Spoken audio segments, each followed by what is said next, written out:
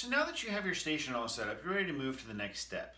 What we're going to do is we're going to prepare our carrots, our celery, and our onions for a roasted chicken. What I forgot to mention in the last video is you also need a peeler. I like these peelers because they're easy to use. You can use whatever vegetable peeler you have at home though, that's perfectly fine. So I'm going to put my peeler aside for right now. I have my vegetables set up in my half pan. So the first thing I'm going to do, the first thing I did is I washed my hands. Always start with good sanitation, right?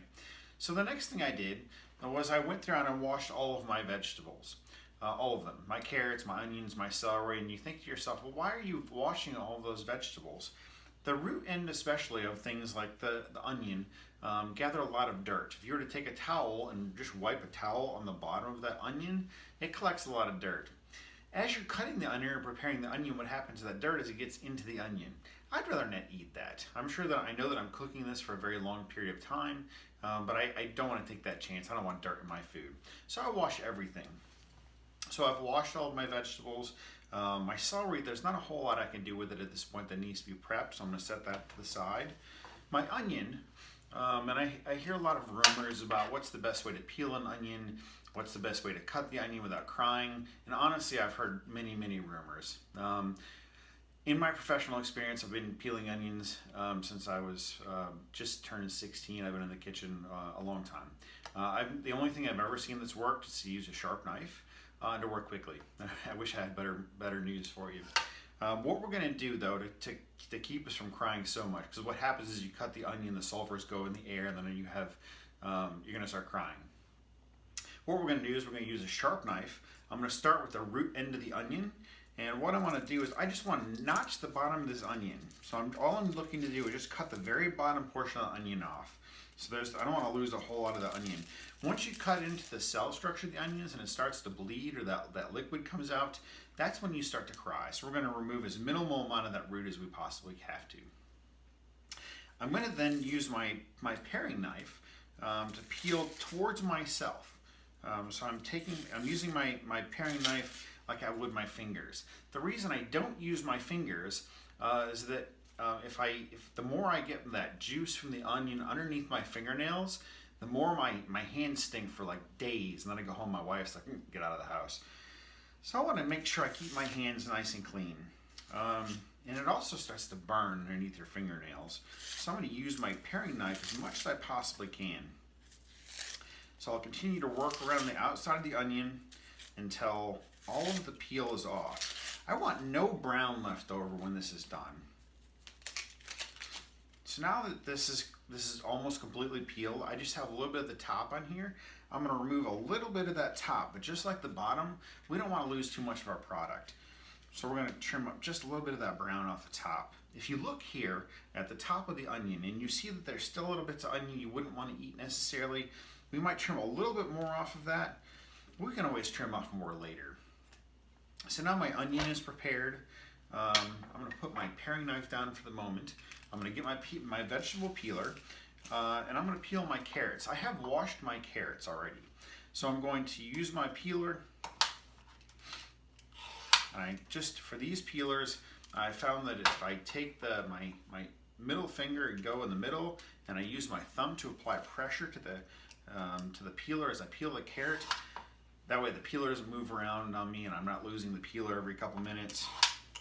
So I'm going to make just nice even strips down with the carrot to make sure I'm scraping all of the outside of the carrot peel off. I know that there might be some questions about what about the outside of the carrot? Do you have to peel the outside of the carrot off? I generally do. I know that for the end product for me, I'm going to eat this carrot, and I know that the skins aren't bad for me, but I want to make sure I prepare the outside. They may have a slight dirty flavor to them, so we're going to peel the carrot. I'll do the same thing in the other carrot.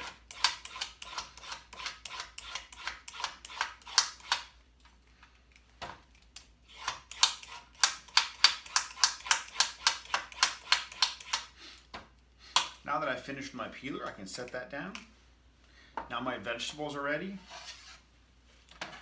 The first thing I'm going to start with is my celery. I feel that my celery is the easiest thing to cut. There isn't a whole lot more prep work there to it. And then this can give us some good basic practice before we get to the onion and the carrot. I know that from teaching students over the last 2.5 years that everyone has the most problem with the onion, so I'm going to save that for last. So what I'm going to do is this white part of the celery I'm going to cut off. It's a little bit dirty.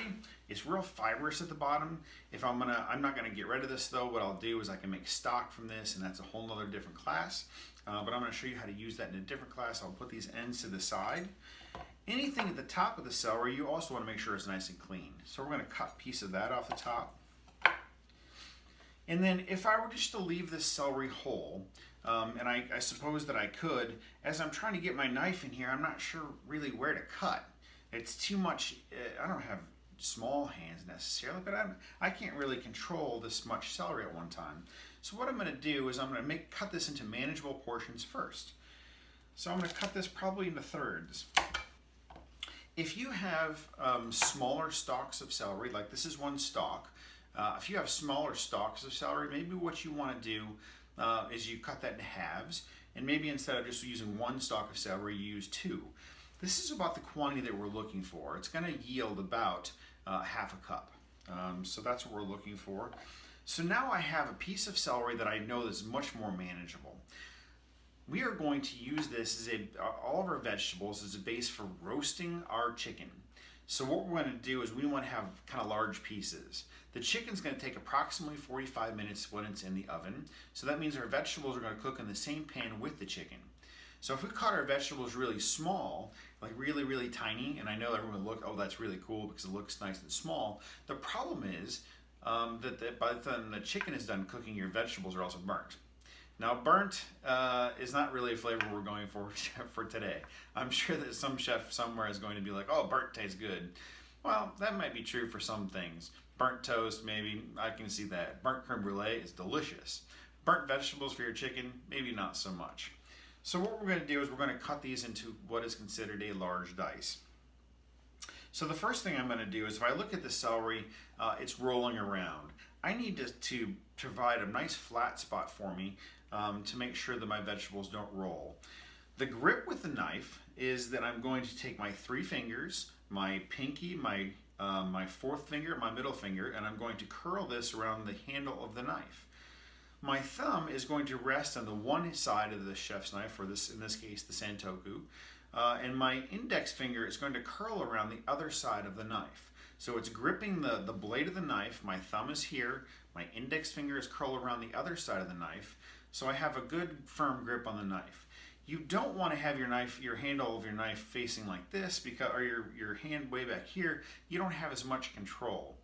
The biggest thing that I have found from teaching students is they feel that they're going to have a lot more control by putting your finger up here. To me, that's a disaster waiting to happen.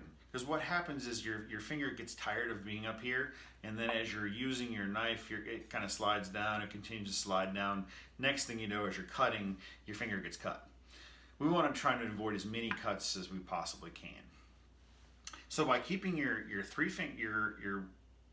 pinky finger, your fourth finger, and middle finger wrapped around the handle of the knife, your thumb on the one side of the blade, and your index finger curled in a tight motion on the other side of the blade.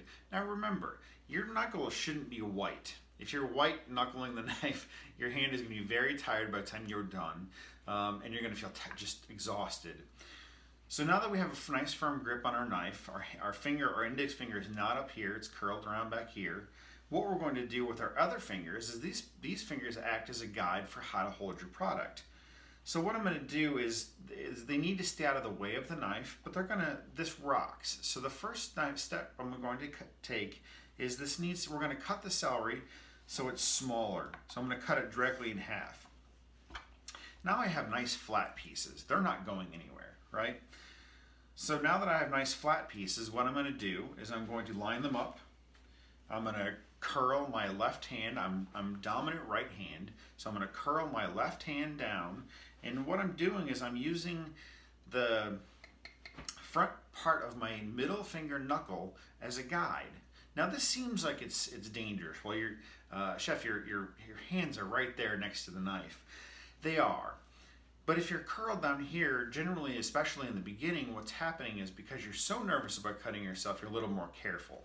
But you're also keeping your fingertips out of the way. If your fingers are like this, where you're cutting towards your fingers like this, that makes me nervous because you're cutting towards your fingertips. If your fingers are curled down though, your thumb, in this case my non-dominant thumb, my left thumb, is going to stay pulled back. So what I'm going to do is my thumb stays back here, and I'm going to use my middle index finger, or my middle, the middle portion of my middle finger to hold the product here. I'm going to look down, and I'm going to go tip to heel of the knife. So tip to heel, I'll look down and make sure my cuts look where I want them to be, and then I'm going to use those as a guide to make the next cuts. So I line them up, I look down, and I cut. And it's a rocking motion with your knife. So it's tip to heel, tip to heel. So now I'm going to go back through and continue to make these cuts. So those all look very uniform, right? So we're going to do the exact same thing with the rest of the celery. So I'm going to cut it in half. I'm going to lay them down so they stay nice and even. I usually, except for purpose of instruction, I'm going to turn them so they're nice and straight and even with the cutting board, because when I see straight angles, I'm more likely to cut straight angles. So I'm going to make these cuts nice and easy. And they're nice and uniform with the other one. Same thing on the last piece of celery. You could go back there and trim this up a little bit to get rid of some of those outside white pieces to make sure it's more uniform in size. You're going to cut down the middle. You still have nice flat pieces. And then make cuts across.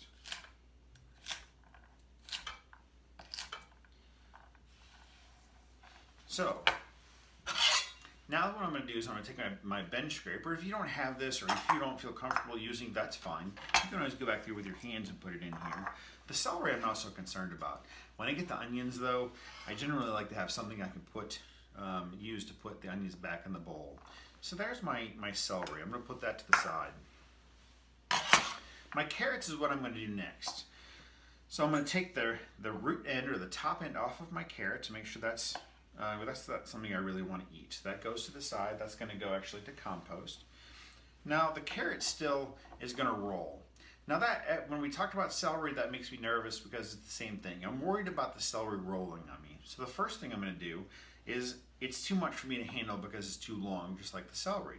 So I'm going to cut it in half. I'm going to put one half to the side.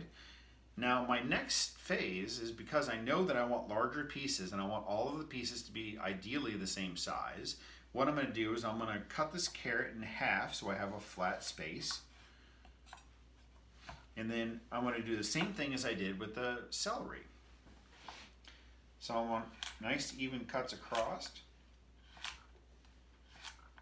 I'm going to put those to the side. Same thing in the other piece. Nice flat surface first. And then it's a rocking motion, tip to heel, with your knife. Same thing with the other carrot. We'll cut the top off.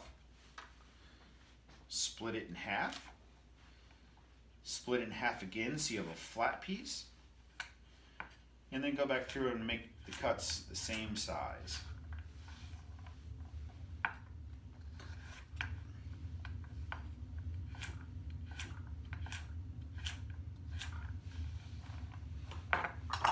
I'm going to get my bowl out. I'm going to use my bench scraper to put my carrots into my bowl. I'm going to put that up here with my celery. Next is the onion. So the onion, what we're going to do is we're going to start with the root end up. So here's our root end. We're going to put that up. So just like the celery and the carrots, what we want to do is we want to create a flat space. So you'll see that I always do the same thing with my left hand, my non-dominant hand. My left thumb is going to go under. I'm going to hold it here. I'm going to start with the root end and tip to heel. I'm going to cut that onion in half. Now this onion has some less than desirable pieces inside, so what we're going to do is we're going to work with what we have. So I'm going to take some of those layers of onion out.